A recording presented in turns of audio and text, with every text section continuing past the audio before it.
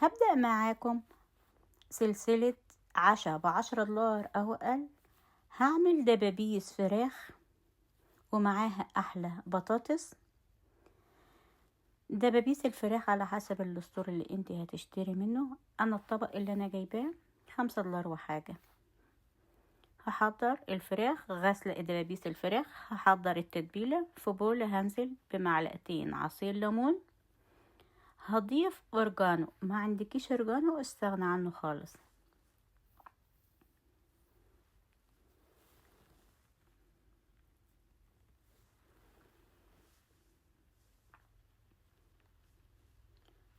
هستخدم توابل مشكلة، نص معلقة بيبقى فيها ملح وكل حاجة.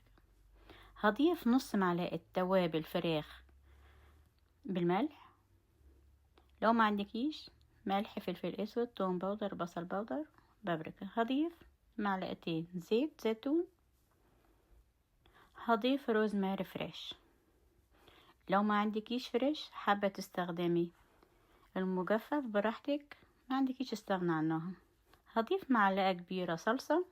دي كل التوابل اللي هستخدمها في دبابيس الفراخ.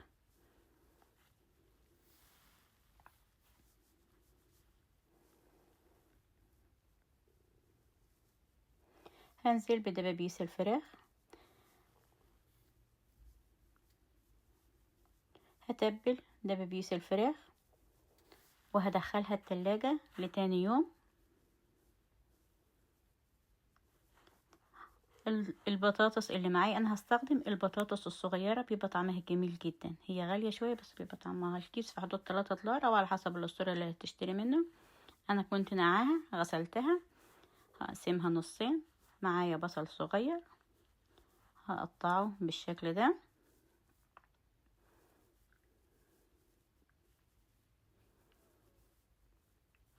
الصينية اللي هتدخل الفرن هنزل بورقة زبدة، ما عندكيش استغنى عنها.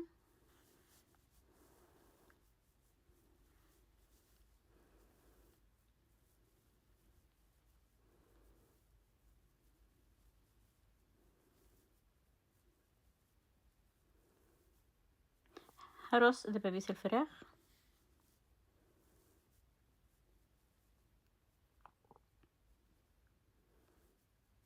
مكان الفراخ هنزل بالبطاطس والبصل والجزر.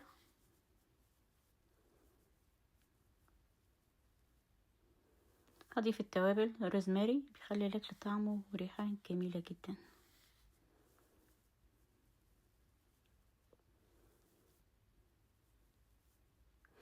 هضيف نص معلقة توابل مشكلة، نفس التوابل اللي ضفتها على الفراخ هضيف أرجانو.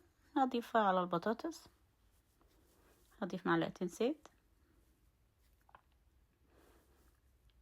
اخلط التوابل مع البطاطس. لو ما عندكيش البطاطس الصغير استخدمي بطاطس عادية، قطعيها مكعبات. هنزل بالبطاطس على الفراخ. مش هغطي الصينية، هدخلها الفرن على درجة حرارة 220 أمريكا 450 لمدة ساعة وساعة وربع. في نص المدة هطلعها واقلب الفراخ على الناحية التانية علشان تستوي. شايفة شكل الصينية جميل جدا. هدخلها الفرن. طلعتها بعد نص ساعة. هقلب الفراخ. هرجعها الفرن تاني تكمل سواها على حسب الفرن بتاعك، ساعة او ساعة وربع. كده الفراخ جاهزة. شايفة لونها جميل جدا وطعمها بالروزماري والاورجانو. توابل بسيطة بس الطعم ولا اروع، جميلة جدا. وجبة عشاء في حدود 10 دولار او اقل، بس جميلة جدا. البطاطس الصغيرة دي بيبقى طعمها جميل جدا، انا بحبها جدا غير البطاطس العادية بجد. طعمها جميل جدا. البصل مع البطاطس طعمه ولا اروع، طعمه جميل جدا. الفراخ مستوية وجميلة جدا. شايفة الفراخ مستوية، شايفة لونها من جوه. الفراخ مستوية، البطاطس مستوية. حابة تاكلها مع رز، حابة تاكلها كده لوحدها، هي كده جميلة جدا. شايفة الجمال غير الطعم والريحة، شايفة اللون. من عجبك الفيديو لايك وشير، اكتبي لي كومنت، لو ما عملش فولو اعملي فولو علشان يوصلك شعار باي فيديو جديد ينزل. تابعيني على قناة اليوتيوب مطبخ مرمر، فعل الجرس علشان توصلك كل الفيديوهات الجديدة. اشوفكم في فيديو جديد.